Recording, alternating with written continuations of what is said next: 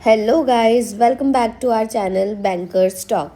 सो finally आज काफ़ी time बाद वो दिन आ गया जब हम वीकली वोकेबुलरी रिवीजन सेशन लेके आ रहे हैं। इस वीडियो में आपको हमारे प्रीवियस वीक्स में जो भी हमने डेज अपलोड करे हैं उनका रिवीजन मिलेगा और इससे फ़ायदा ये होता है कि आप सारे के सारे वर्ड्स इकट्ठे रीड आउट करते हैं। एक्चुअली लर्न तो आप पहले कर चुके होते हैं, यहाँ पे आपको सिर्फ आप रिविजन करना होगा।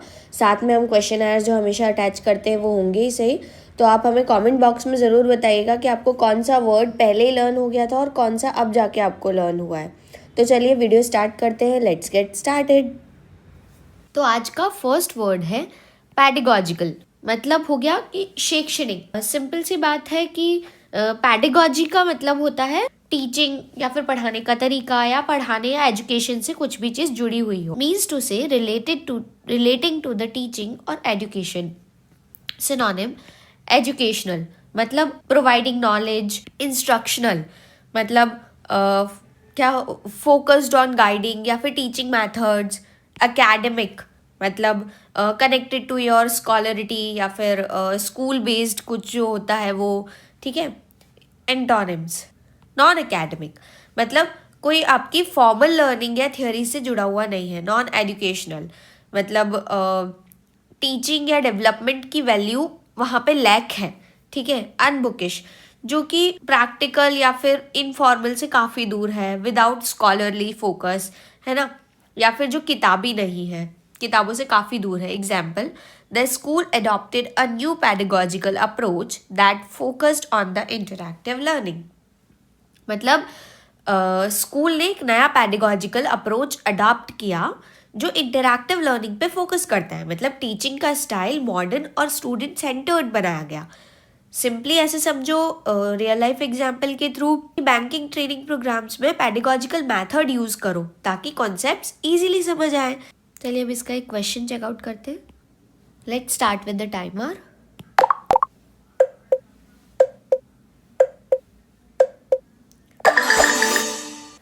What is the synonym of पैडागॉजिकल। मतलब क्या हो गया, पैडागॉजी मतलब हो गया पढ़ाना या टीचिंग या पढ़ाने का कोई भी तरीका। तो नॉन एजुकेशनल तो होगा नहीं, है ना, या नॉन एकेडमिक भी नहीं होगा, अनबुकिश भी नहीं होगा, क्योंकि ये तीनों चीज़ें कैसी हो गई, एजुकेशन के अगेंस्ट हो गई, अपोजिट हो गई। तो इंस्ट्रक्शनल क्या हो गया, किसी चीज़ का इंस्ट्रक्शन देना। ठीक है, निर्देश से जुड़ा हुआ। ठीक है, सिखाने वाली बात होगी। तो आंसर क्या आ जाना चाहिए, इंस्ट्रक्शनल। लेट्स सी हमारा आंसर करेक्ट है कि नहीं। बिल्कुल सही है भाई हमारा answer. Now let's move to the next word which is colossal. मतलब विशाल, या कोलोसल का मतलब होता है बहुत बड़ा, एक्सट्रीमली लार्ज या फिर ग्रेट साइज का। तो एक्सट्रीमली लार्ज और ग्रेट। सिनोनिम्स मैसिव जो बहुत बड़ा है, विशाल है, हेवी इन साइज है या अमाउंट है। जाइगेंटिक मतलब जो जायंट है, बहुत बड़ा है या इमेजिनरी स्केल से भी बड़ा है। जब हम नहीं बोलते कि कोई बहुत ज़्यादा बड़ा है अपनी हाइट से, तो उसे क्या बोल देते हैं, जायंट। इसका अपोजिट क्या हो जाता है, ड्वार्फ, टाइनी या स्मॉल। फिर एनॉर्मस मतलब जो बहुत अधिक है, मतलब जितनी रिक्वायरमेंट है उससे काफ़ी ज़्यादा है। बिग इन साइज और क्वांटिटी, ओवरवेलमिंग जिसे बोलते हैं। एंटोनिम टाइनी मतलब जो छोटा है। स्मॉल जो साइज में काफ़ी छोटा है, बड़ा नहीं है। माइन्यूट मतलब extremely small, often too small to see easily. इतना मतलब इतना छोटा है कि दिख जाता है, इतना भी छोटा नहीं है कि नहीं दिखे, और इतना छोटा है कि हाँ दिख जाता है। Example the company made a colossal investment in D extension research. मतलब कंपनी ने डी एक्सटेंशन रिसर्च में एक कॉलोसल इन्वेस्टमेंट किया, मतलब बहुत बड़ी रकम लगाई जिसे बिलियंस का फंड हो। सिंपली ऐसे याद रख सकती हूँ कि बैंकिंग में कॉलोसल लोन्स या इन्वेस्टमेंट होती है, जैसे मेगा स्ट्रक्चर प्रोजेक्ट में होती है। चलिए अब इसका क्वेश्चन चेकआउट करते हैं। Let's start with the timer.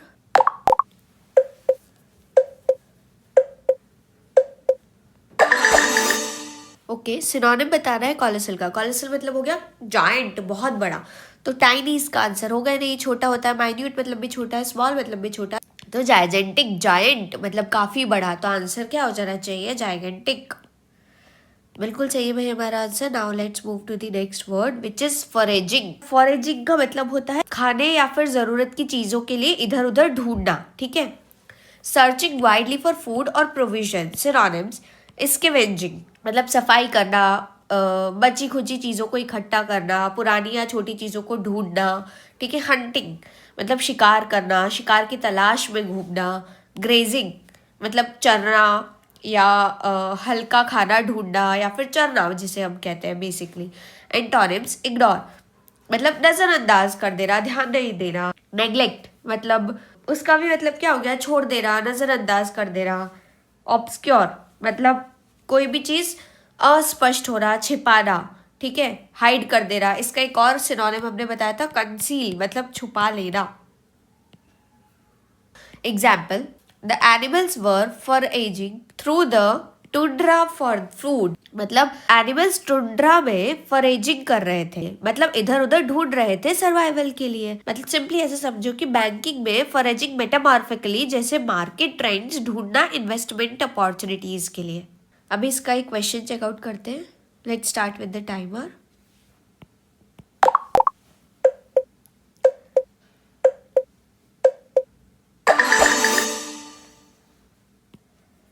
Synonym बताना है फॉरेजिंग का। फॉरेजिंग मतलब हो गया खाने की चीज ढूंढना, कोई भी चीज को ढूंढना, ठीक है।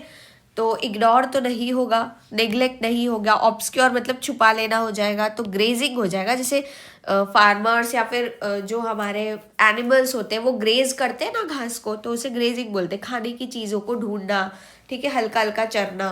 तो लेट्स सी हमारा आंसर सही है कि नहीं। बिल्कुल सही है भाई हमारा answer. Now let's move to the next word which is incubating. Incubating मतलब हो गया विकासशील, मतलब इंक्यूबेशन का मतलब होता है धीरे धीरे विकास करना या कंट्रोल्ड कंडीशन में पैदा करना। जो लोग बायोलॉजी से रिलेटेड होंगे तो उन्हें पता होता होगा कोई भी चीज का इंक्यूबेशन मतलब एक सर्टेन टाइम तक उसे सर्टेन टेम्परेचर या कंडीशन प्रोवाइड करना सो दैट वो चीज जो है वो ग्रो कर पाए। मीनिंग टू डेवलप और produce gradually under the controlled condition. Synonym nurturing मतलब पोषण देना, देखभाल करना। कल्टिवेटिंग मतलब खेती करना, विकसित करना या धीरे धीरे उगाना किसी भी चीज़ को, हमारी खेत को। फॉस्टरिंग मतलब हो गया कि समर्थन देकर बढ़ावा करना, प्रोत्साहन करना। एंटोनिम मतलब अपोजिट, नेग्लेक्टिंग मतलब उपेक्षा करना, देखभाल ना करना। अबैंडनिंग मतलब त्याग कर देना, छोड़ देना, कंप्लीटली सपोर्ट ना करना। Example, the scientist are incubating mammoth elephant hybrid embryo. Scientist एक मैमथ एलिफेंट हाइब्रिड एम्ब्रियो को इंक्यूबेट कर रहे हैं, मतलब कंट्रोल लैब में धीरे धीरे डेवलप कर रहे हैं। ऐसा समझो कि बैंकिंग में इंक्यूबेटिंग जैसे स्टार्टअप आइडियाज को इंक्यूबेटर्स में फॉस्टर करना फंडिंग के लिए। चलिए अब इसका एक क्वेश्चन चेकआउट करते हैं। Let's start with the timer.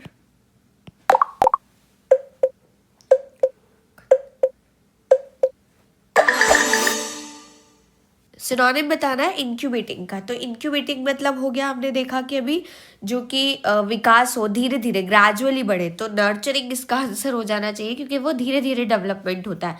अबंडिंग नहीं होगा, नेग्लेक्ट नहीं होगा, बी और सी तो कैसे ही होगा, और नन ऑफ दीज हो नहीं सकता। तो आंसर आ जाना चाहिए नर्चरिंग। लेट्स सी हमारा आंसर करेक्ट है कि नहीं।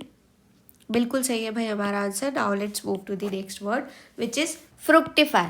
मतलब हो गया कि फलित करना, या फिर इसका मतलब होता है फल देना या रिजल्ट्स प्रोड्यूस करना। ऐसा नहीं बोलते फ्रूटफुल, कोई चीज फ्रूटफुल रही मतलब क्या रही, उसने अच्छा रिजल्ट दिया है। टू बियर फ्रूट और प्रोड्यूस रिजल्ट। सिनोनिम्स, मटीरियलाइज मतलब वास्तविक रूप से लेना, to become real and actual from an idea और अ प्लान।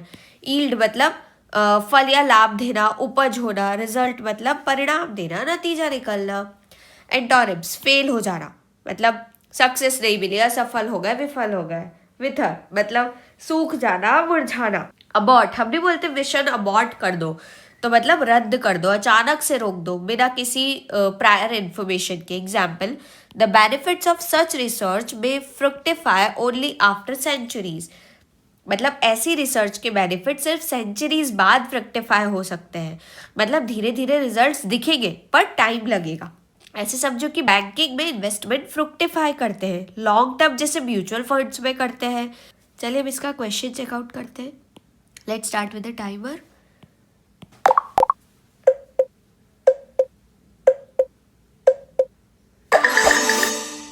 ओके, सिनोनिम बता रहा है फ्रुक्टिफाई का मतलब फल देना, तो फेल तो आंसर होगा नहीं, अबॉर्ट होगा नहीं, विथर होना नहीं चाहिए क्योंकि इसका मतलब होता है सूख जाना, ठीक है, मुरझा जाना। अबॉर्ट मतलब तो मिशन अबॉर्ट, अचानक से रोक देना। फेल मतलब तो विफल हो जाना। मटीरियलाइज हो सकता है आंसर क्योंकि इसका मतलब हो गया टू बिकम रियल और एक्चुअल फ्रॉम किसी आइडिया या फिर प्लान से। लेट्स सी हमारा आंसर करेक्ट है कि नहीं। बिल्कुल सही है भाई हमारा answer. Now let's move to the next word which is siloed, मतलब डाल दिया। मतलब सिलॉइड का मतलब होता है दूसरों से अलग करके रखा हुआ, कम्युनिकेशन या कोलैबोरेशन रोकने वाला। Meaning isolated from others specially in a way that prevents communication और कोलैबोरेशन। सिनोनिम्स आइसोलेटेड मतलब अलग अलग, सेपरेटेड फ्रॉम अदर्स, किसी से इंटरेक्शन या कनेक्शन नहीं होना। कंपार्टमेंटलाइज्ड मतलब खंडों में बांट देना, divided into the separate sections to limit mixing और शेयरिंग। फ्रेगमेंटेड मतलब पीसेस में तोड़ देना किसी चीज को, इनकम्प्लीट रह जाना। एंटोनिम्स मतलब इंटीग्रेटेड इकट्ठा हो जाना, जोड़कर एक बना देना, ठीक है। कनेक्टेड मतलब जुड़ा हुआ है, लिंक कर रहा है एक दूसरे से। टीम वर्क जिसको बोलते हैं। यूनिफाइड मतलब यूनिटी नहीं होता, यूनिटी मतलब एक साथ काम करना, तो मतलब ब्रॉट टुगेदर एज वन, एकजुट होना। Example the NEP aims to eliminate the siloid structure of higher education institutes। मतलब NEP हायर एजुकेशन इंस्टीट्यूट्स के सिलॉइड स्ट्रक्चर को खत्म करने का लक्ष्य रखता है। मतलब अलग अलग डिपार्टमेंट्स को कनेक्ट करके बेटर कोलैबोरेशन लाना। जैसे बैंकिंग में सिलॉइड डिपार्टमेंट जैसे IT और फाइनेंस अलग रहने से प्रॉब्लम होती है। चलिए अब इसका क्वेश्चन चेकआउट करते हैं। Let's start with the timer.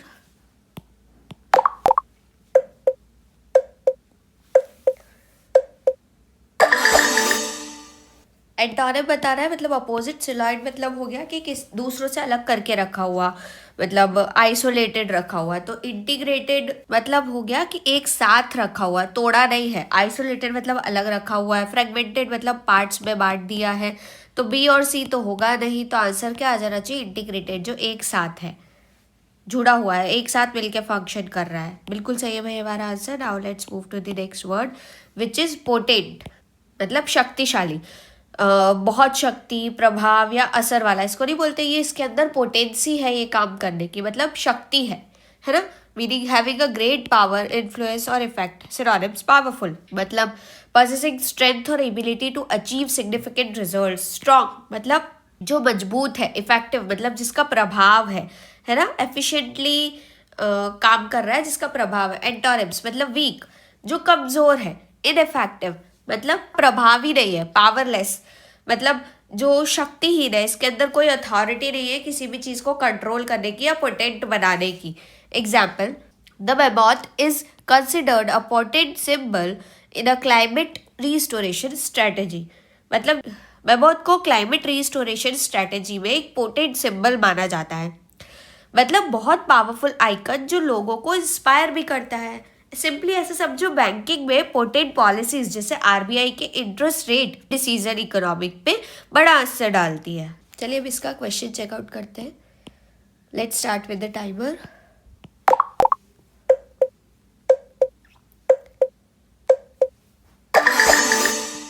के एंटोनिम बता रहा है मतलब अपोजिट। पोटेंट मतलब हो गया शक्तिशाली, तो पावरफुल तो इसका सिनोनिम हो जाएगा। स्ट्रॉन्ग मतलब भी सिनोनिम हो जाएगा। इफेक्टिव मतलब भी क्या हो जाएगा, जो प्रभावी है। तो वीक इसका आंसर हो जाएगा, जो कि कमजोर है। लेट्स सी हमारा आंसर सही है कि नहीं।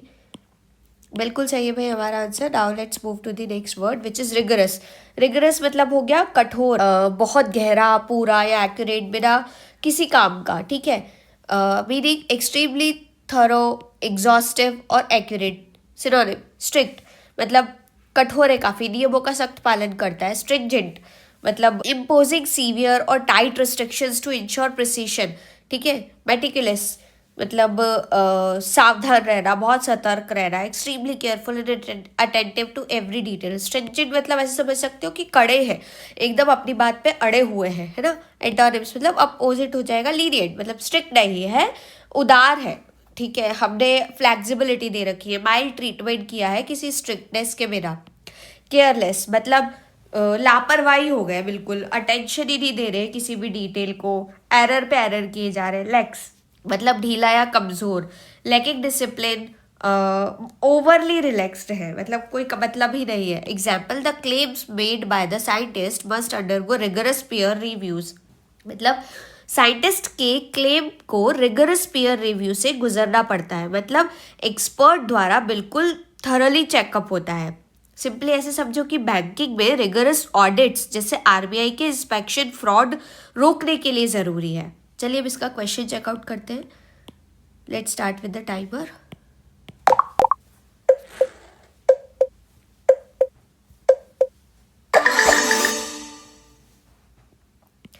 कि एंटोनिम मतलब अपोजिट बताना है। रिगरस का रिगरस मतलब हो गया कठोर, मतलब टफ, तो स्ट्रिक्ट तो आंसर होगा नहीं क्योंकि वो खुद टफ होता है।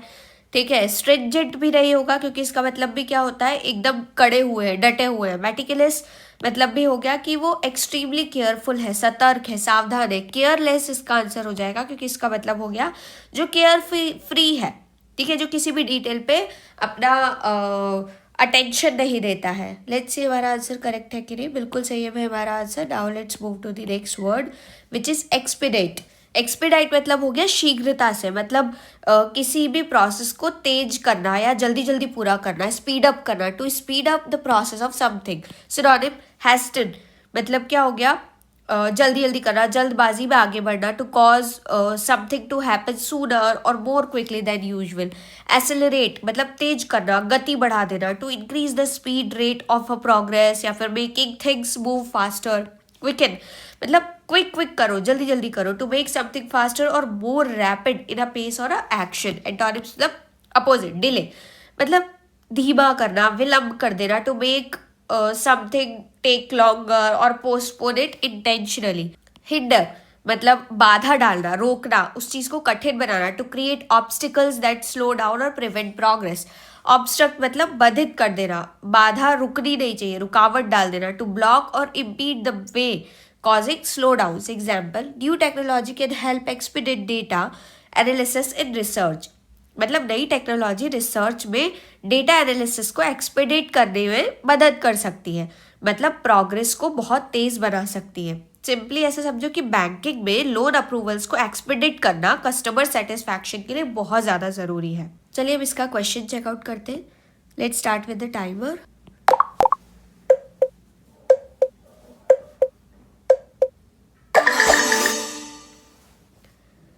ओके, एंटोनिम बताना है मतलब अपोजिट। एक्सपीडिएट मतलब हो गया काफी तेज, शीघ्रता से। तो ये तो यही दिख गया इसका आंसर डिले, बिकॉज डिले मतलब होता है लेट। हैस्टेड मतलब हो गया जल्दी जल्दी करना। एसेलरेट मतलब फास्ट कर देना, ये भी नहीं होगा। क्विकन मतलब जल्दी जल्दी कर देना, तो आंसर हो जाना चाहिए डिले। लेट्स सी हमारा आंसर करेक्ट है कि नहीं। बिल्कुल सही है भाई हमारा आंसर। वर्ड है रैप्लीट। रैप्लीट मतलब होता है फलना फूलना, भरा होना, समृद्ध होना। जब कोई चीज़ या जगह पूरी तरह से किसी चीज़ से भरी हुई या सप्लाई होती है, मतलब फुलफिल्ड है या अबंडेंट है, तो इसे बोलते हैं रैप्लीट। इट मीन्स फुल्ली और अबंडेंट फिल्ड और सप्लाइड विद समथिंग। सिनोनिम अबाउंडिंग मतलब भरपूर मात्रा में मौजूद, बहुत ज़्यादा होना। फुल मतलब पूरा भरा हुआ होना, एम्प्टी ना होना। ब्रिमिंग मतलब पूरी तरह से भरा हुआ होना, ओवरफ्लो कर देने वाला। एंटोनिम लैकिंग मतलब कमी होना, जो नहीं है। एम्प्टी मतलब खाली होना, बिल्कुल खाली है। डिप्राइव्ड मतलब वंचित होना, जो छूट गया है। सिंपली रेप्लीट मतलब होता है फुल और अबंडेंट। इसके अपोजिट क्या हो गए, शॉर्टेज और एब्सेंस।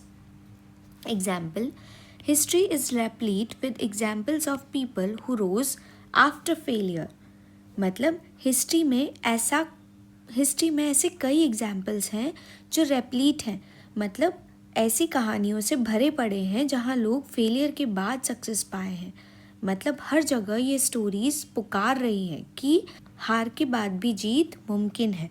सिंपली ऐसे समझो कि library shelves replete with the books, library full books से भरी हुई है। या मार्केट में वैरायटी से रेप्लीट स्टोर, मतलब मार्केट में वैरायटी भरपूर है। फ्रिजेस विदाउट फूड एम्प्टी लगता है। या student deprived of resources, resources से वंचित स्टूडेंट। या वॉलेट लैकिंग कैश, वॉलेट में पैसे की कमी होना। चलिए अब इसका एक क्वेश्चन आया, चेकआउट करते हैं। Let's start with the timer.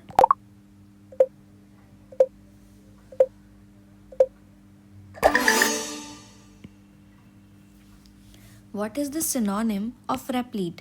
तो रेप्लीट मतलब अभी हमने देखा कि जो भरा पूरा है, ठीक है, तो अबाउंडिंग हो जाएगा क्योंकि इसका मतलब हो जाता है भरपूर मात्रा में मौजूद, बहुत ज़्यादा होना। लैकिंग मतलब कमी हो गया। डिप्राइव्ड मतलब भी जो छोड़ा गया हो। एम्प्टी मतलब तो होता ही खाली है। तो लेट्स सी हमारा आंसर करेक्ट है कि नहीं, ए अबाउंडिंग। बिल्कुल सही है भाई हमारा answer. Now let's move to the next word which is tenacity, मतलब अडिगता या दृढ़ता, हट जिसे हम बोलते हैं, ज़िद्दी। जब कोई व्यक्ति निश्चय या लगातार प्रयास करने की कोशिश रखता हो, क्वालिटी रखता हो, चाहे कितनी भी मुश्किलें हो, मतलब डिटरमाइन रहना, तो इसे कहते हैं tenacity. It means the quality of being determine and persistent. Synonyms persistence मतलब लगातार प्रयास करना, रुकना नहीं है, जो रुकने नहीं वाला है। परसीवरेंस मतलब मुश्किलों से हार ना मानना। डिटर्मिनेशन मतलब दृढ़ इच्छा करना, गोल पर फोकस करना। एंटोनिम्स फ्रेजिलिटी मतलब कमज़ोरी या आसानी से टूट जाना। वीकनेस मतलब हिम्मत ना होना। सबमिशन मतलब लड़ाई छोड़ देना। सिंपली ऐसे समझो कि टेनेसिटी मतलब होता है स्ट्रॉन्ग और परसिस्टेंट। इसका अपोजिट क्या हो जाएगा, वीक और गिव अप। मतलब एक लड़ने को कहता है तो दूसरा हार मानने को कहता है। Example, his tenacity was evident in how he kept pushing despite repeated failures. उसने रिपीटेड फेलियर्स के बावजूद पुश करते रहे, तो उसकी टेनेसिटी दिखा रही है, तो उसकी टेनेसिटी दिख रहा था। मतलब कितनी बार हार मिला, मतलब कितनी बार हार मिले, रुकना नहीं है। अगर वीकनेस होती तो पहली ही बार में हार मान लेता, लेकिन डिटर्मिनेशन से ही सक्सेस मिलती है। सिंपली ऐसा समझो कि स्टूडेंट एग्ज़ाम्स में फेल होने के बाद भी पढ़ाई जारी रखता है, एग्ज़ाम परसिस्टेंसी है। एथलीट इंजरी के बाद ट्रेनिंग कंटिन्यू रखता है, स्पोर्ट्स परसिवरेंस है। एंटरप्रेन्योर बिजनेस फ्लॉप होने से भी ट्राई करते रहता है, तो बिजनेस डिटर्मिनेशन है। अपोजिट में देखें तो ग्लास का आसानी से टूट जाना मटीरियल फ्रेजिलिटी है, या लीडर प्रेशर में डिसीजन ना लेना लीडरशिप वीकनेस है। आर्ग्यूमेंट में जल्दी जल्दी हार मान लेना पर्सनल सबमिशन है। चलिए अब इसका क्वेश्चन चेकआउट करते हैं। Let's start with the timer.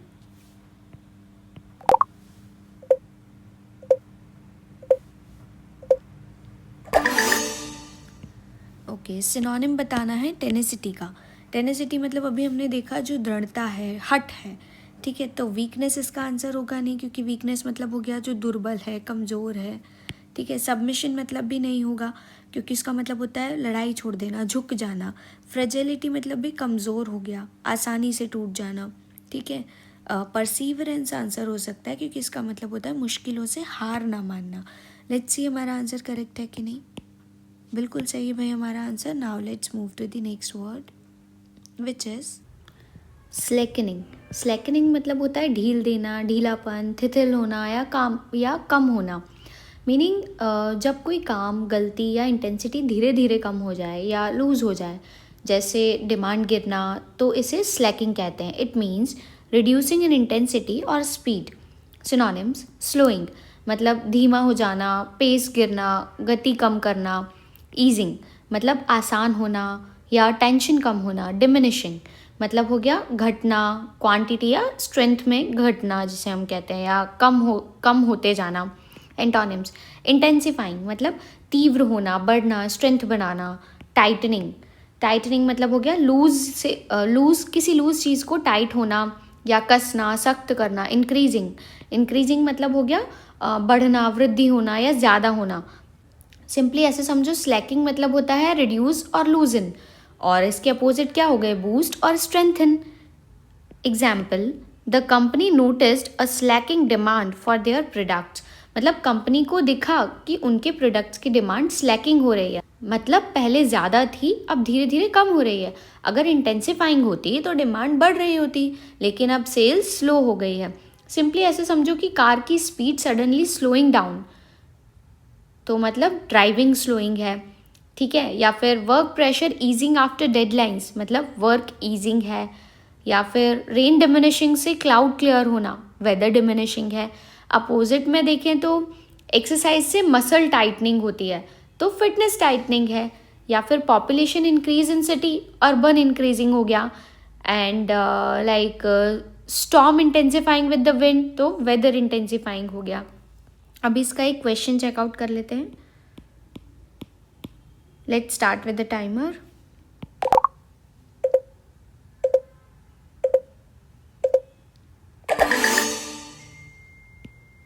Okay, synonym देखना है स्लैकिंग का. तो स्लैकिंग मतलब हमारा होता है ढीला होना, कम होना या धीरे धीरे कम होते जाना. तो इंटेंसिफाइंग तो इसका अपोजिट हो गया. इंक्रीज मतलब भी बढ़ना हो गया. टाइटनिंग मतलब भी क्या हो गया, बढ़ते जाना, लूज से टाइट हो जाना. स्लोइंग इसका आंसर हो सकता है, बिकॉज स्लोइंग मतलब हो गया किसी भी चीज़ का पेस गिरना. लेट्स सी हमारा आंसर करेक्ट है कि नहीं. बिल्कुल सही है भाई हमारा answer. Now let's move to the next word which is wobbly. Wobbly मतलब हो गया अस्थिर या फिर डगमगाता हुआ, जो काफ़ी कमज़ोर है. जब कोई चीज़ स्टेडी ना हो, हिलती झुलती हो या अनस्टेबल हो. जैसे फाइनेंशियल मार्केट्स में अप्स एंड डाउन्स जो आते हैं तो वो कैसे होते हैं, वुबली होते हैं. स्टॉक मार्केट्स हमेशा वुबली कहलाते हैं. मीनिंग अनस्टेबल, नॉट स्टेडी और फॉर्म. सिनोनिम शेकी मतलब ट्रस्ट या बेस ना होना, हिलने वाला, कमज़ोर. अनस्टेडी मतलब अस्थिर है, डगमगाने वाला, बैलेंस नहीं रखने वाला. फ्लक्चुएटिंग मतलब उतार चढ़ाव वाला, बदलते रहने वाला, कांस्टेंट चेंजेस जो हम कहते हैं. एंटोनिम्स स्टेबल मतलब जो स्थिर है, सॉलिड है, रिलायबल है, मजबूत है. फर्म जो सख्त है, दृढ़ है, जो हिलता नहीं है. स्टेडी मतलब स्थिर है, एक समान है, कंसिस्टेंट रहता है. सिंपली ऐसे देखो तो वुबली मतलब हो गया अनस्टेबल और शेकी, और इसके अपोजिट क्या हो जाएंगे, स्टेबल या स्टेडी या सॉलिड और balanced. Example, the wobbly financial market cause concern among investors. मतलब फाइनेंशियल मार्केट वुबली था, मतलब अनस्टेबल और फ्लक्चुएटिंग था. इन्वेस्टर्स को डर लगा कि कब गिर जाएगा. अगर स्टेबल होता तो कॉन्फिडेंट बढ़ता, लेकिन वुबली से सब कोई वरिड हो गए. सिंपली ऐसे समझो कि टेबल के जो पैर होते हैं वो शेकी होने से हिल जाते हैं, तो फर्नीचर शेकी हो जाता है. स्टॉक प्राइजेस फ्लक्चुएटिंग डेली, तो मार्केट फ्लक्चुएशंस हो गए. या अपोजिट में देखें तो strong building stable in earthquake मतलब कंस्ट्रक्शन स्टेबिलिटी है. या फिर फर्म हैंडशेक स्लोइंग कॉन्फिडेंस मतलब पर्सनल फर्म है. या फिर steady job with no ups and downs, career steady है. मतलब वो नहीं बोलते गवर्नमेंट जॉब है वो स्टेडी रहती है, मतलब स्थिर रहती है, वुबली नहीं है. चलिए अब इसका एक क्वेश्चन चेकआउट करते हैं. Let's start with the timer.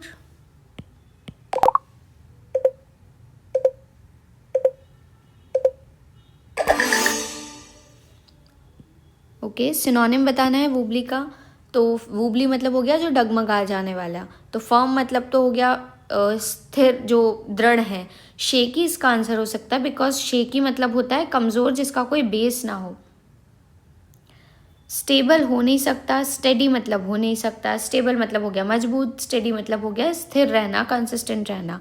Let's see हमारा आंसर करेक्ट है कि नहीं. बिल्कुल सही है हमारा answer. Now let's move to the next word which is transgressing. मतलब हो गया अतिक्रमण करना, उल्लंघन करना या सीमा लांघना. जब कोई व्यक्ति निर्धारित सीमाओं से नियमों को पार कर जाए, तो जैसे कानून तोड़ना या बाउंड्री क्रॉस करना, तो इसे क्या बोलते हैं, ट्रांसग्रेजिंग कहते हैं. It means going beyond the set limits और boundaries, specially breaking a law और रूल.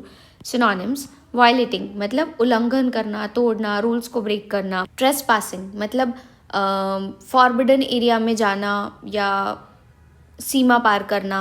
इनफ्रिंगिंग मतलब अधिकारों का अतिक्रमण करना या राइट्स को वायलेट करना.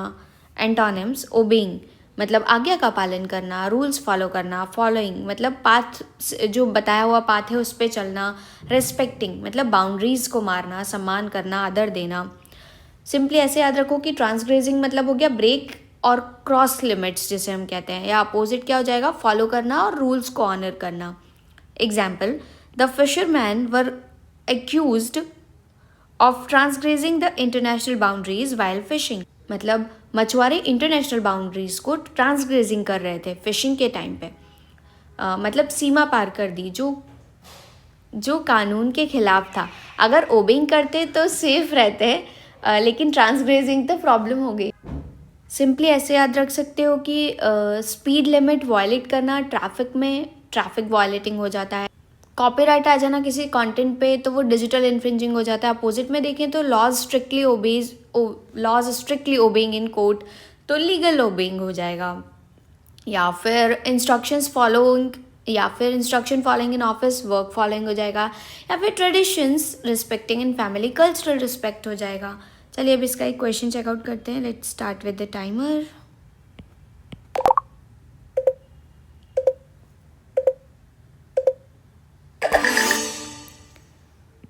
ओके, सिनोनिम बताना है ट्रांसग्रेजिंग का। तो ट्रांसग्रेजिंग मतलब हो गया अतिक्रमण करना, उल्लंघन करना या फिर सीमा लांघना।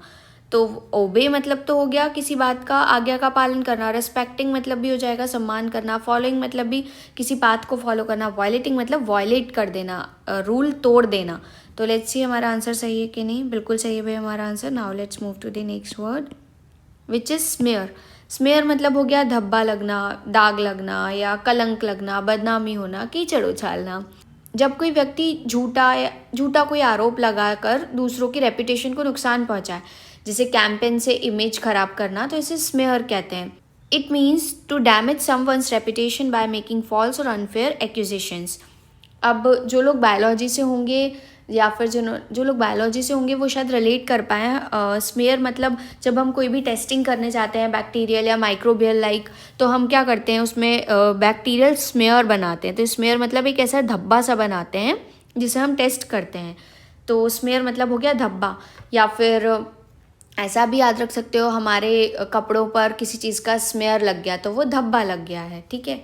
Synonym slender. स्लेंडर मतलब हो गया वर्बल फॉल्स अटैक, मतलब मानहानि करना, निंदात्मक बोलना।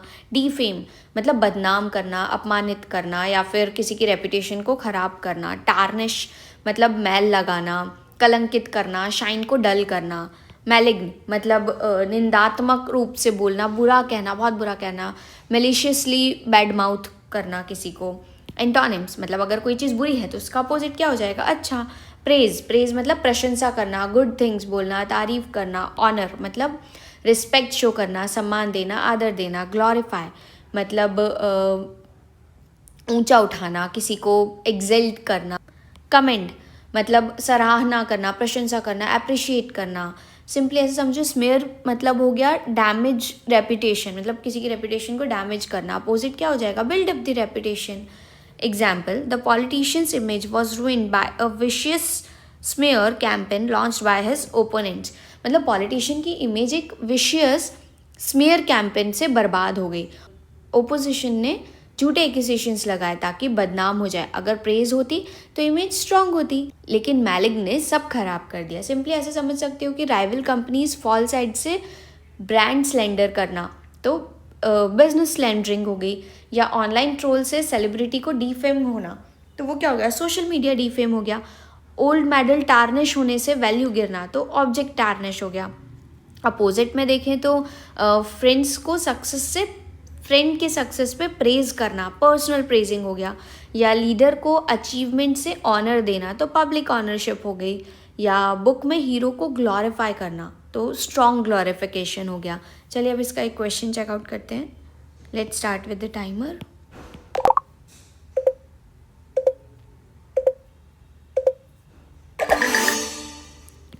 ओके, एंटोनिम बताना है स्मेयर का। तो स्मेयर मतलब होता है दाग धब्बा लगना।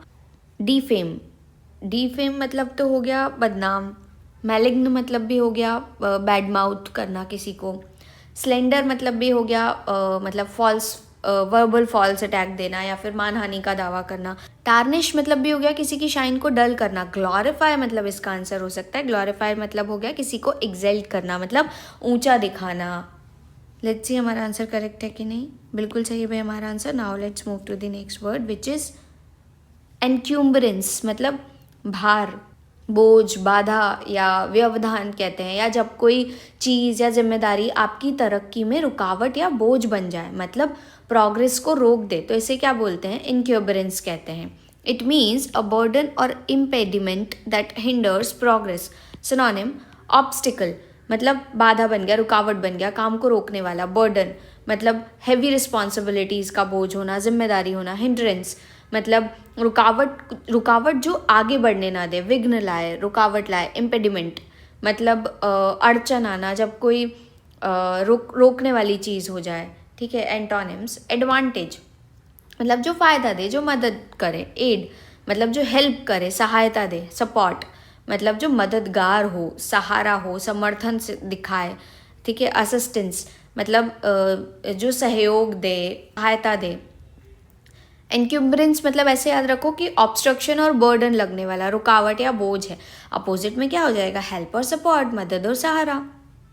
Example, financial debts become a major encumbrance in launching his startup. मतलब फाइनेंशियल डेब्ट्स उसके स्टार्टअप के लिए एक बड़ा इंक्यूबरेंस बन गया, मतलब ये बोझ उसकी ग्रोथ को रोक रहा था। अगर एडवांटेज मिलता तो आसानी से प्रोग्रेस होती, लेकिन ये बर्डन रीसेट कर रहा था। सिंपली ऐसे समझो कि हैवी लोन रीपेमेंट का बिजनेस पे बोझ होना फाइनेंशियल बर्डन कहलाता है, या फिर ट्रैफिक जैम की वजह से लेट हो जाना ड्राइविंग हिंड्रेंस है, या फैमिली रिस्पॉन्सिबिलिटीज़ का बर्डन पर्सनल बर्डन हो जाता है। अपोजिट में देखें तो स्कॉलरशिप से स्टूडेंट्स को एड मिलना फाइनेंशियल एड है, या टीम का प्रोजेक्ट में सपोर्ट देना टीम प्रोजेक्ट टीम सपोर्ट हो गया। ये टेक्नोलॉजी का असिस्टेंस ग्रोथ बढ़ाता है, टेक असिस्टेंस हो गया। अब इसका एक क्वेश्चन चेकआउट करते हैं। Let's start with the timer.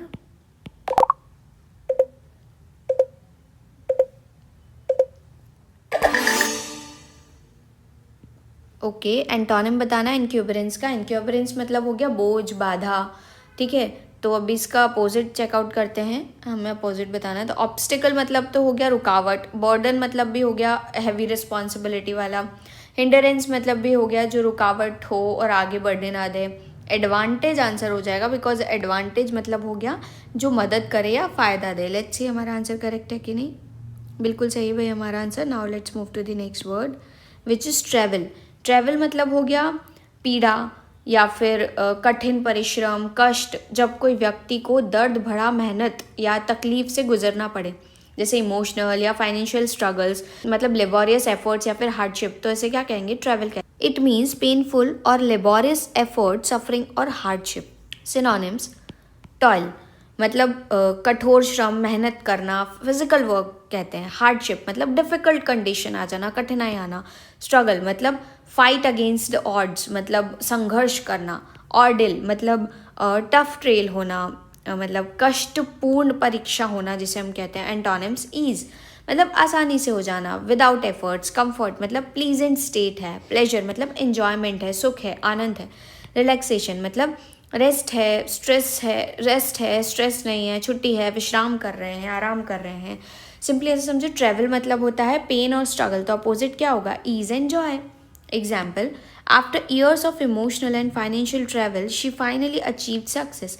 मतलब सालों के इमोशनल और फाइनेंशियल ट्रैवल के बाद उसने सक्सेस पाई, मतलब इतनी तकलीफ और मेहनत के बावजूद रुकना नहीं है। अगर ईज होती तो बिना स्ट्रगल के मिल जाता, लेकिन ये ऑर्डिल ने उसको स्ट्रॉन्ग बनाया। सिंपली ऐसे समझो कि डेली लॉन्ग आवर्स फैक्ट्री में टॉयल करना, मतलब वर्कर टॉयल हो जाते हैं, या पॉवर्टी में जीने की हार्डशिप लाइफ हार्डशिप है, या एग्ज़ाम प्रेपरेशन का इंटेंस स्ट्रगल स्टूडेंट स्ट्रगल कहलाता है, या फिर अपोजिट में देखें तो जॉब इंटरव्यू का स्ट्रेसफुल ऑर्डर करियर ऑर्डर कर देता है। वीकेंड्स पे full relaxation and comfort, vacation comfort जैसा फील होता है। हॉबी में प्योर प्लेजर लेना पर्सनल प्लेजर कहलाता है। चलिए अब इसका क्वेश्चन चेकआउट करते हैं। Let's start with the timer.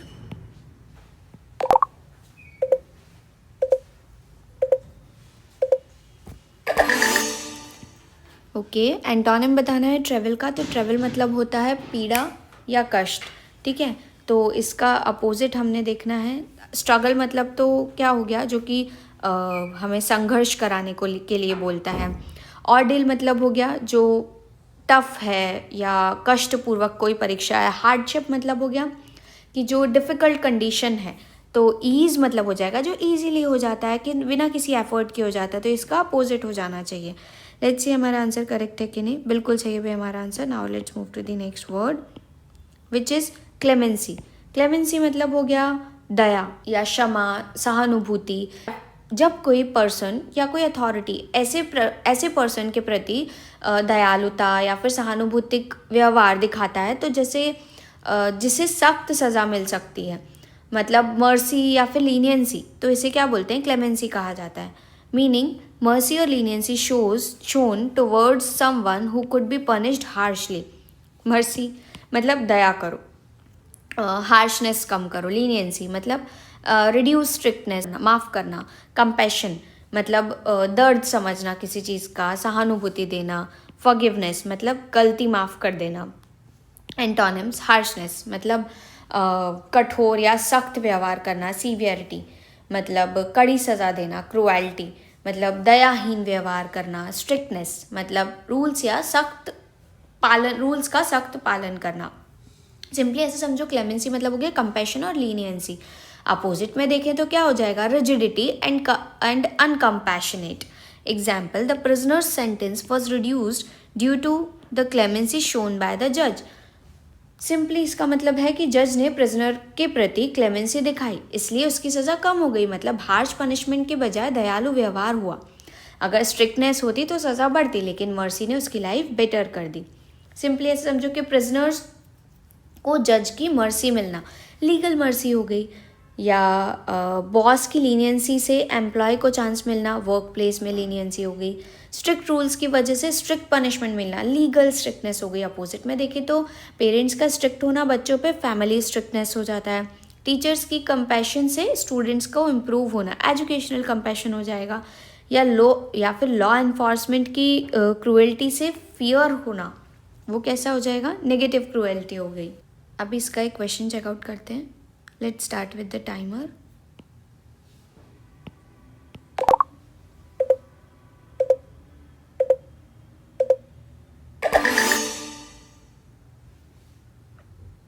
Okay, antonym बताना है क्लेमेंसी का, तो क्लेमेंसी मतलब हो गया दयालु।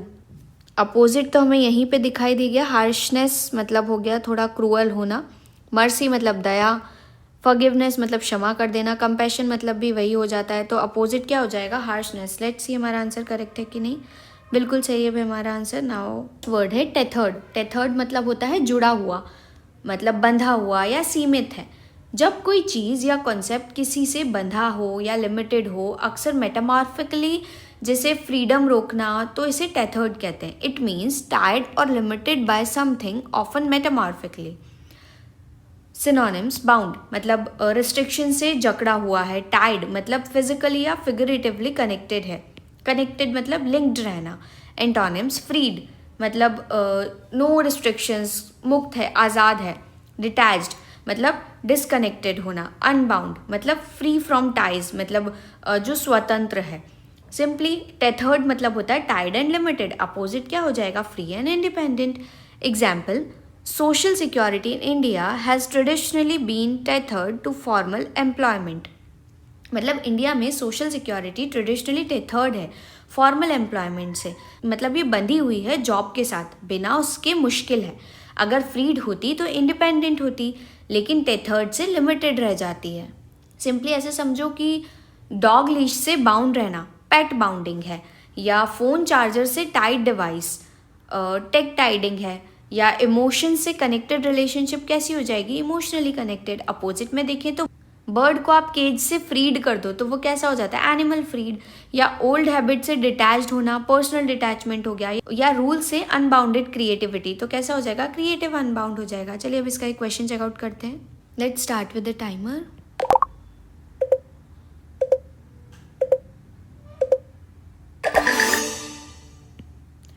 ओके, सिनोनिम बताना है टेथर्ड का। टेथर्ड मतलब हो गया बंधा हुआ, तो अनबाउंड मतलब तो हो गया जो बंधा हुआ नहीं है। फ्रीड मतलब खुला छोड़ दिया है। डिटैच्ड मतलब मुक्त है, रिस्ट्रिक्शन नहीं है। तो बाउंड क्या आ जाएगा, जो बंधा हुआ है। लेट्स सी हमारा आंसर करेक्ट है कि नहीं। बिल्कुल सही है भाई हमारा answer. Now let's move to the next word which is ominous. Ominous मतलब हो गया कि जो कि अशुभ है, मतलब भय उत्पन्न करने वाला है। जब कोई बात या सिचुएशन बुरी घटना से भविष्यवाणी करे, या मतलब डर या बैड साइंस दे, जैसे इकोनॉमिकली डाउन टर्न हो, तो इसे ओमिनस कहते हैं। It means giving the impression that something bad is going to happen. Synonyms, threatening मतलब डेंजर दिखाना, धमकी भरा। फोरबॉडिंग मतलब अशुभ संकेत देने वाला, बैड ओमेन फील जिसे कहते हैं। या ग्रिम, ग्रिम मतलब डार्क या फिर सीरियस, काला या फिर भयानक जिसे कहते हैं।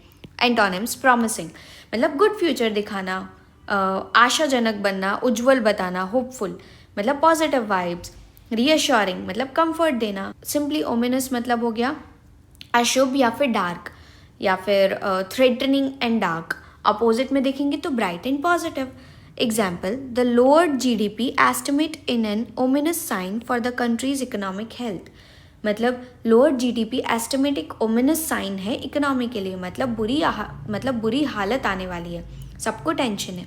अगर प्रॉमिसिंग होता तो ग्रोथ की उम्मीद होती, लेकिन ओमिनस से सब वरीड हो गए।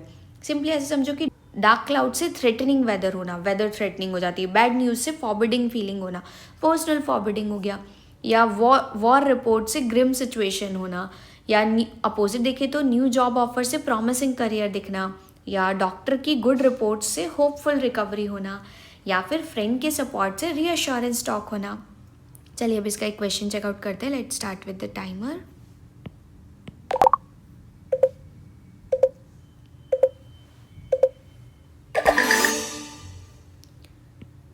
ओके, सिनोनिम बताना है ओमिनस का। तो ओमिनस मतलब हो गया अशुभ, तो होपफुल तो क्या हो जाएगा, जो कि अच्छा है, ठीक है। प्रॉमिसिंग मतलब भी क्या हो जाएगा, जो फ्यूचर अच्छा दिखा रहा है। रीअश्योरेंस तो हो नहीं सकता, तो आंसर क्या आ जाना चाहिए, थ्रेटनिंग। मतलब क्या हो गया इसका, जो डेंजर दिखा रहा है। लेट्स सी हमारा आंसर करेक्ट है कि नहीं। बिल्कुल सही है भाई हमारा answer. Now let's move to the next word which is anguished. मतलब पीड़ित या दुखी होना, व्यथित होना। मीनिंग, जब कोई व्यक्ति गंभीर मानसिक या शारीरिक दुख या तकलीफ से गुजरता हो, जैसे सौरों से परेशान, तो उसे एंग्विश्ड कहते हैं। It means experiencing severe mental और फिजिकल पेन और सफरिंग। सिनोनिम, डिस्ट्रेस्ड मतलब इमोशनली अपसेट होना। टॉर्मेंटेड मतलब कांस्टेंट मेंटल टॉर्चर होना। पेन्ड मतलब हर्ट फीलिंग या फिर बॉडी में दुख होना, कष्ट होना। एंटोनिम्स, काम मतलब पीसफुल स्टेट है। कंटेंट मतलब सेटिस्फाइड एंड हैप्पी है। सिरेन मतलब ट्रैंक्विल या रिलैक्स्ड है, शांत है, निर्मल है।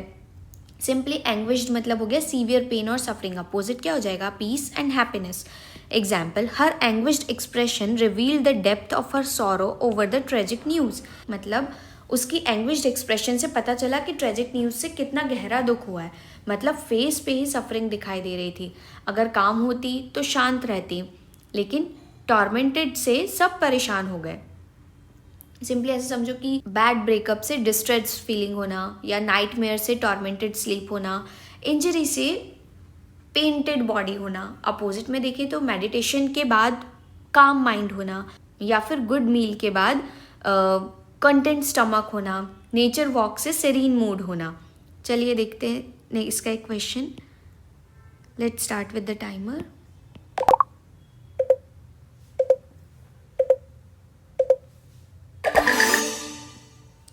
Synonym of anguished. एंग्विश्ड मतलब हो गया दुखी, तो काम तो क्या हो गया, शांत हो जाना। कंटेंट मतलब भी क्या हो गया, सेटिस्फाइड होना। सेरीन मतलब भी क्या हो गया, रिलैक्स्ड रहना। तो डिस्ट्रेस्ड क्या आ जाएगा इसका आंसर, बिकॉज डिस्ट्रेस्ड मतलब हो गया इमोशनली अपसेट होना। लेट्स सी हमारा आंसर करेक्ट है कि नहीं। बिल्कुल सही है हमारा answer.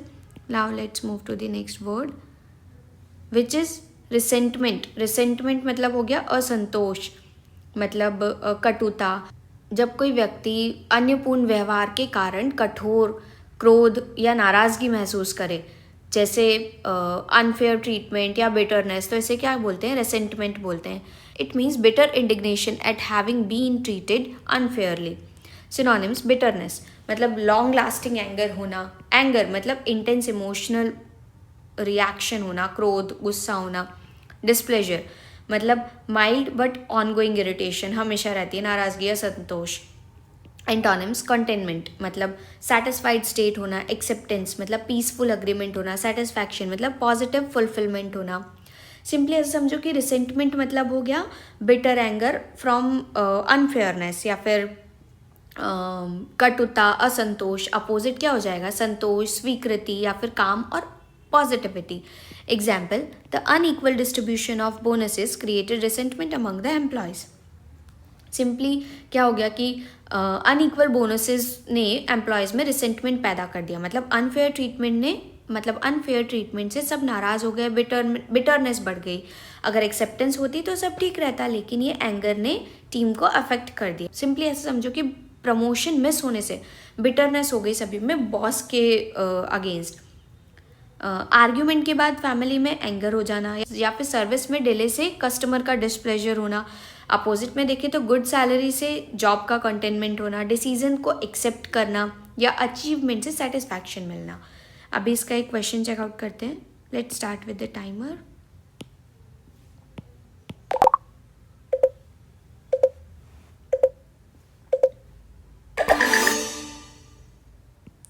Okay, what is the synonym of resentment? Resentment मतलब हो गया असंतोष या कटुता. तो बिटरनेस तो इसका यही आंसर आ जाएगा, बिकॉज बिटरनेस मतलब होता है लॉन्ग लास्टिंग एंगर या कटु शब्द बोलना. कंटेनमेंट नहीं होगा, एक्सेप्टेंस भी नहीं होगा, सेटिस्फैक्शन भी नहीं होगा. लेट्स सी हमारा आंसर करेक्ट है कि नहीं. बिल्कुल सही है भाई हमारा answer. Now let's move to the next word which is arbitrary. Arbitrary मतलब मनमाना या फिर अपनी इच्छा से करना. जब कोई फैसला या व्यवहार विचार या नियम के बिना सिर्फ इच्छा या रैंडम चॉइस के बेस्ड हो तो इसे बोलते हैं arbitrary. It means based on a random choice और personal whim rather than reason or system. Synonyms: capricious मतलब unpredictable mood, whimsical मतलब फैंसी या सडन आइडिया पे, डिक्टेटोरियल मतलब बॉसी या फिर यूनिलेटरल तानाशाही कहते हैं जिसे. एंटोनिम्स: रेशनल मतलब रीजन बेस्ड है, तार्किक है, विवेकपूर्ण है. फेयर मतलब जस्ट और ज़्यादा बैलेंस्ड है, उचित है. सिस्टमिक मतलब प्लान्ड है, ऑर्गेनाइज्ड है. मतलब आर्बिट्री मतलब क्या हो गया, जो कोई लॉजिक का नहीं है, मनमानी है. तो अपोजिट क्या हो जाएगा, रीजन है, ऑर्डर है, मतलब जिसे समझाया जा सके. Example: the arbitrary decision of management led to a sense of insecurity among the employees. मतलब मैनेजमेंट के आर्बिट्री डिसीजन ने एम्प्लॉयज में इनसिक्योरिटी पैदा कर दी. मतलब बिना रीजन के फैसले सबको परेशान किया. अगर रेशनल होता तो फेयर रहता, लेकिन विम्स्किल से टीम अनस्टेबल हो गई. अपोजिट में देखें तो लॉजिकल डिबेट या रेशनल कंक्लूजन होना, इक्वल पे से फेयर ट्रीटमेंट होना, step by step plan, systematic approach करना. चलिए अब इसका एक क्वेश्चन चेकआउट करते हैं. Let's start with the timer.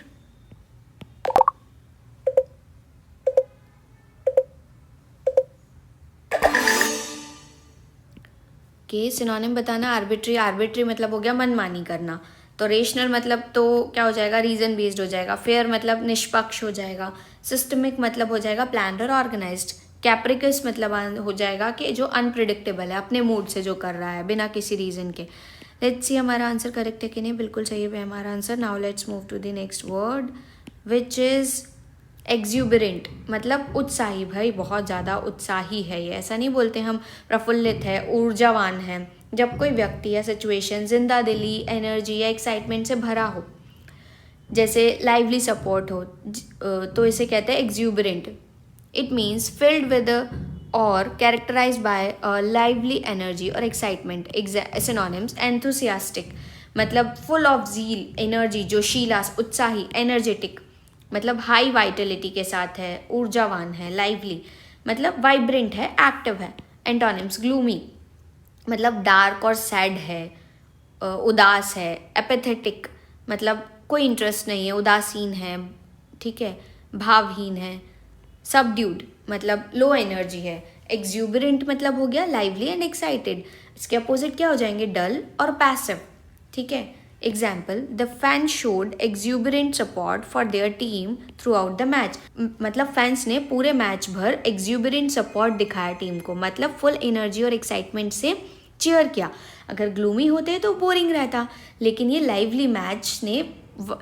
Lively vibe ने सबको बूस्ट कर दिया. सिंपली ऐसे समझो, पार्टी में एंथुसियास्टिक डांसिंग, मॉर्निंग वर्कआउट से एनर्जेटिक स्टार्ट होना, फेस्टिवल क्राउड से लाइवली मस्ती होना. अपोजिट देखें तो रेनी डे में ग्लूमी मूड होना, बोरिंग लेक्चर से एपेथेटिक स्टूडेंट का होना, या फिर क्वाइट रूम में सबड्यूड एटमॉस्फेयर होना. अभी इसका एक क्वेश्चन चेकआउट करते हैं. Let's start with the timer.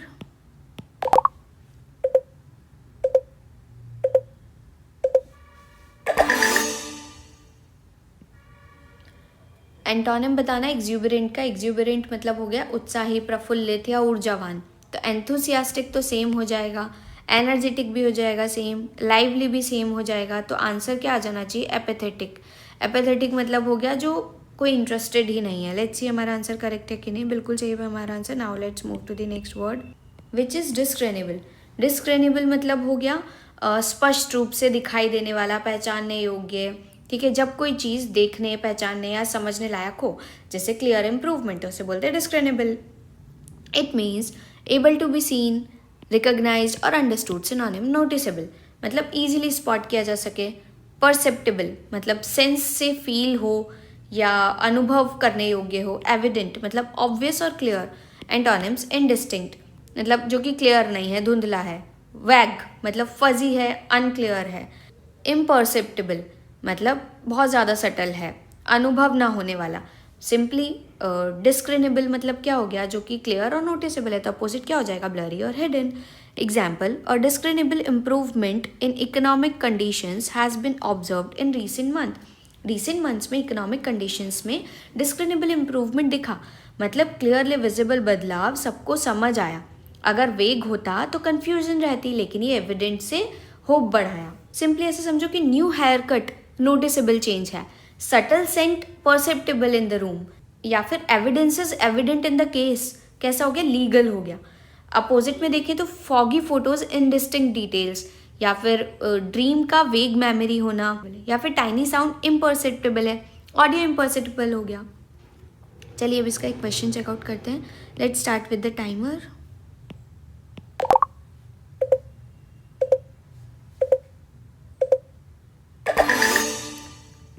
Okay, antonym बताना है। इनडिस्क्रिमिनेबल का मतलब हो गया स्पष्ट रूप से दिखाई देने वाला, तो नोटिसेबल तो सेम हो जाएगा, जो दिखाई देता है, इजी टू स्पॉट है। परसेप्टेबल भी मतलब सेंसेस या से फील हो। एविडेंट मतलब भी हो गया ऑब्वियस है, क्लियर है। इनडिस्टिंक्ट मतलब जो क्लियर नहीं है, धुंधला है, नॉट क्लियर। लेट्स सी हमारा आंसर सही है कि नहीं। बिल्कुल सही है भाई हमारा answer. Now let's move to the next word which is malevolence, मतलब द्वेष है या फिर दुर्भावना है। जब कोई व्यक्ति दूसरों को नुकसान पहुंचाने की इच्छा रखे, जैसे एविल विशेस, तो उसे क्या बोलते हैं, मैलवोलेंस कहते हैं। It means the state of wishing harm और evil upon other. Synonyms, malice मतलब इंटेंशनली हार्म करना। हॉस्टैलिटी मतलब ओपन एनमिटी मतलब शत्रुता या वैर व्यवहार करना। इलविल मतलब नेगेटिव फीलिंग्स आना, बुरा मन होना, ठीक है। एंटोनिम्स, बिनेवलेंस मतलब काइंड इंटेंशंस होना, काइंडनेस मतलब हेल्पफुल नेचर होना, गुडविल मतलब पॉजिटिव रिगार्ड। सिंपली मेलेवलेंस मतलब क्या हो गया, हार्मफुल विशेस, तो अपोजिट क्या हो जाएगा, helpful and positive. Example, his malevolence towards his rival was evident in his harsh word and actions, मतलब उसकी राइवल के प्रति मेलेवलेंस हार्श वर्ड और एक्शन में दिखी, मतलब वो सच में नुकसान पहुंचाने की इच्छा कर रहा था। अगर बेलेवलेंस होती तो काइंडनेस दिखती, लेकिन ये हॉस्टैलिटी ने सबको अफेक्ट किया। सिंपली समझो कि ऑफिस राइवलरी से मैलिस बढ़ना, या आर्ग्यूमेंट के बाद हॉस्टैलिटी फील करना, या फिर जेलसी से इल विल रखना, या फिर अपोजिट देखे तो चैरिटी से बेलेवलेंस दिखाना, या फिर हेल्पिंग स्ट्रेंजर्स, तो ये क्या हो गया, काइंडनेस एक्ट हो गया। या फ्रेंड्स या फिर फ्रेंडशिप में गुड विल मेंटेन करना। अभी इसका क्वेश्चन चेकआउट करते हैं। Let's start with the timer.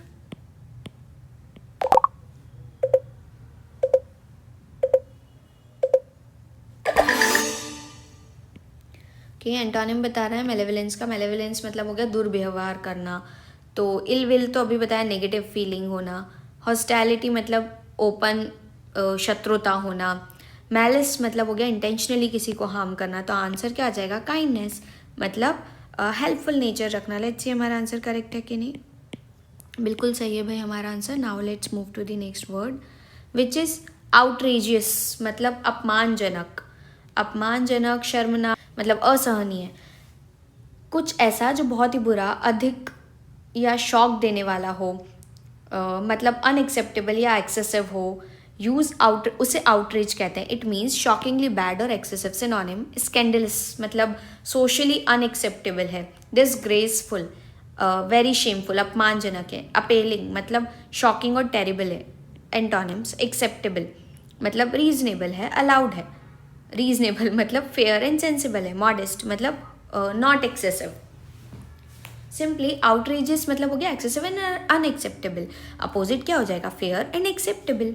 Example, the outrageous remarks made by the leader spark global condemnation, मतलब लीडर के आउटरेजियस रिमार्क ने वर्ल्ड में कंडेनमेंट जगाई, मतलब उसके शब्दों ने सबको शॉक किया और गुस्सा दिलाया। अगर रीजनेबल होते तो नॉर्मल समझते, लेकिन ये वर्ड्स अनएक्सेप्टेबल लगे। सिंपली ऐसे समझो कि सेलिब्रिटी का स्कैंडलस बिहेवियर से मीडिया फ्रेंजी हो गया, या फिर करप्ट पॉलिटिशियंस का डिस्ग्रेसफुल एक्ट, या पोल्यूशन की अपीलिंग का लेवल। अपोजिट देखें तो पब्लिक स्पीच का एक्सेप्टेबल टोन होना, या फिर फेयर प्राइसिंग का रीजनेबल डिसीजन होना, या फिर सिंपल ड्रेस का मॉडेस्ट लुक होना। चलिए अब इसका एक क्वेश्चन चेकआउट करते हैं। Let's start with the timer.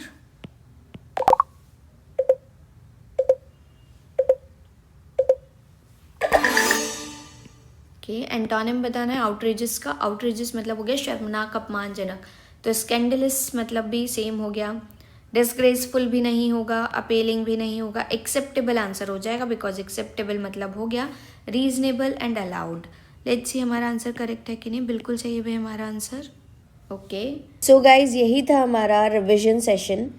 कैसा लगा आप लोगों को कमेंट बॉक्स में बताइए। अगर वीडियो अच्छी लगी हो तो इसे लाइक करिए, अपने दोस्तों के साथ शेयर करिए और हमारे चैनल को सब्सक्राइब करिए।